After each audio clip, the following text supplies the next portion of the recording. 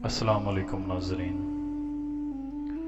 حضرت امام حسین اور اہل بیت کے ساتھ ہونے والے ظلم و ستم اور بربریت کے واقعات سے تو ہم سب ہی آگاہ ہیں، لہٰذا ہم اس ویڈیو میں اہل بیت کی نہیں بلکہ اہل بیت پر مظالم ڈھانے والوں اور ان پر نازل ہونے والے اللہ کے عذاب کا ذکر کریں گے۔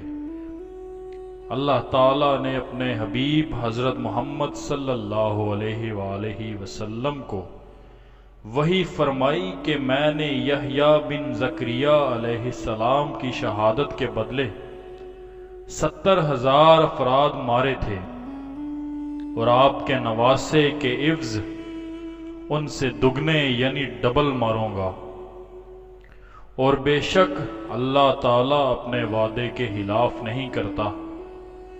امام حسین کی شہادت میں شامل ہر شخص بہت ہی بری موت مرا، کوئی اندھا ہو گیا تو کسی کا منہ کالا ہو گیا۔ ان تمام بدبختوں کو کفر کردار تک پہنچانے میں سب سے نمایاں کردار مختار صدفی کا رہا۔ مختار صدفی نے بنو امیہ کے خلاف تلوار اٹھائی اور چن چن کر امام حسین کے ہزاروں قاتلوں کو واصل جہنم کیا۔ حضرت امام حسین کی شہادت کے وقت مختار صدفی عبید اللہ ابن زیاد کی قید میں تھے۔ جی ہاں، وہی ابن زیاد جو شہادت حسین کے وقت کوفہ کا گورنر تھا۔ یہی شخص اس سانحے کا دوسرا بڑا مجرم تھا کہ جس کے حکم پر کربلا میں اہل بیت پر ظلم و ستم کی انتہا ہوئی، اور یہی وہ بدبخت تھا جس نے حضرت امام حسین کے سر مبارک کے ساتھ بے ادبی کی تھی۔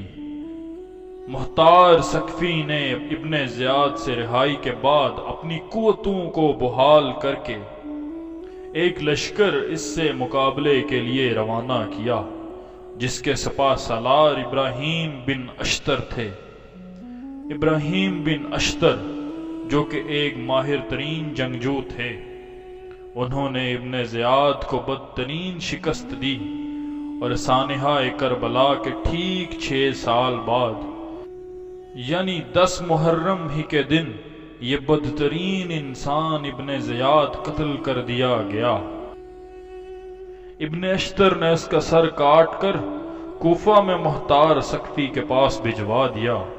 سنن ترمذی کے مطابق جب ابن زیاد کا یہ ناپاک سر زمین پر اس کے ساتھیوں کے سروں کے ساتھ پڑا ہوا تھا کہ شور مچ گیا کہ وہ آ گیا، وہ آ گیا۔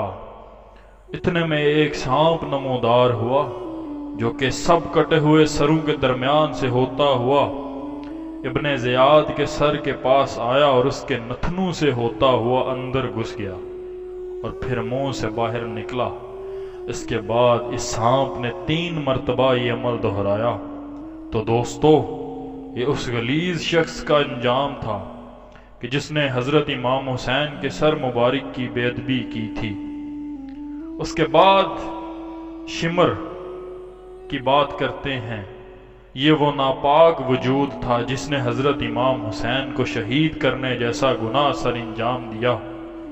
یہی نہیں بلکہ اس بدبخت نے آپ کے جسد مبارک کی توہین کی، اور امام زین العابدین جو کہ بیماری کے سبب بستر پر لیٹے ہوئے تھے، انہیں بھی قتل کرنے کا ارادہ کیا، لیکن لوگوں نے اسے روک دیا۔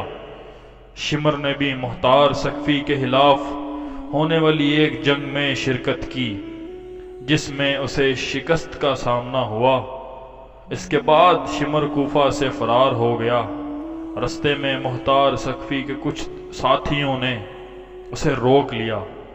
اس کے ساتھی تو بھاگ گئے، لیکن شمر گرفتار کر لیا گیا۔ مختار ثقفی نے اس کے قتل کا حکم دے دیا، مگر اس کے ایک ساتھی نے زیتون سے بری ہوئی ایک دیگ آگ پر رکھوائی۔ جب تیل کھولنے لگا تو اس میں اس ملعون کو ڈال دیا گیا۔ جب وہ نیم مردہ ہو گیا تو اس کو نکال کر زبردستی تار کول پلایا گیا۔ پھر اس کی لاش کو آگ لگا دی گئی۔ کچھ روایات کے مطابق اس کا جسم کتوں کے آگے ڈال دیا گیا۔ اگلا ناپاک کردار یزید کے لشکر کے تیر اندازوں میں سے تھا۔ یہ ذلیل انسان وہی تھا جس نے امام حسین کی گود میں آپ کے 6 ماہ کے بیٹے علی اصغر کو نشانہ بنایا تھا۔ مختار ثقفی کو اس کی بہت تلاش تھی۔ ایک دن آپ کہیں جا رہے تھے کہ اس ناپاک انسان کی گرفتاری کی اطلاع آپ کو ملی۔ مختار ثقفی یہ سن کر بہت خوش ہوئے۔ جب یہ ذلیل کمبخت انسان مختار ثقفی کے سامنے آیا تو آپ نے جلادوں کو حکم دیا کہ پہلے اس کے ہاتھ پاؤں کاٹے جائیں، پھر اس پر تیر برسائے جائیں، اس کے بعد اسے آگ میں جلا دیا جائے۔ چنانچہ مختار ثقفی کے حکم کی تعمیل کی گئی اور اس طرح وہ ملعون واصل جہنم ہوا۔ اب اس سانحے کے سب سے ملعون کردار یعنی یزید کی بات کرتے ہیں۔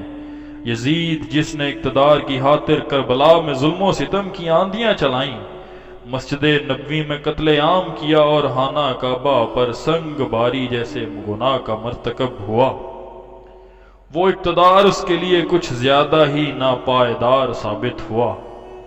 وہ بدنصیب یزید صرف 3 برس 6 ماہ حکومت کر کے شام کے شہر حمص میں انتقال کر گیا۔ 39 سال کی عمر میں یہ یزید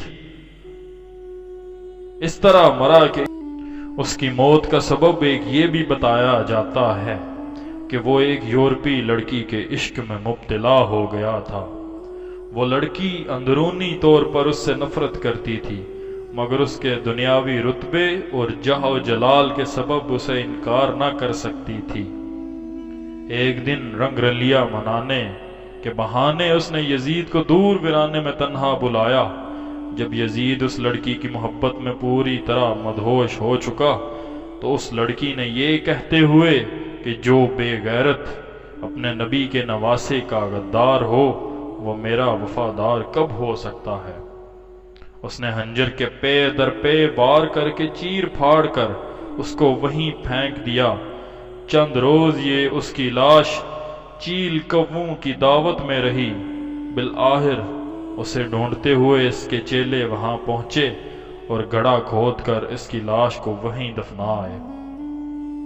اس کی موت سے متعلق ایک اور روایت مشہور ہے کہ یزید پیٹ کے ایک مہلک ترین بیماری میں مبتلا ہو کر نہایت ہی اذیت ناک موت مرا۔ تو دوستو، یہ ہے دنیا کی حقیقت، جس کے تحت و تاج کے لیے اپنا ایمان اور آخرت داؤ پر لگا دی گئی، وہ کتنے دن کا مہمان تھا۔ یہ دنیاوی فوج، دولت اور طاقت کسی کام نہ آئے۔ امام حسین کے قاتلوں کی زندگی بھی مختار ثقفی سے چھپتے چھپتے ہی گزری اور آخرت میں بھی کسی کو منہ دکھانے کے قابل نہ رہے۔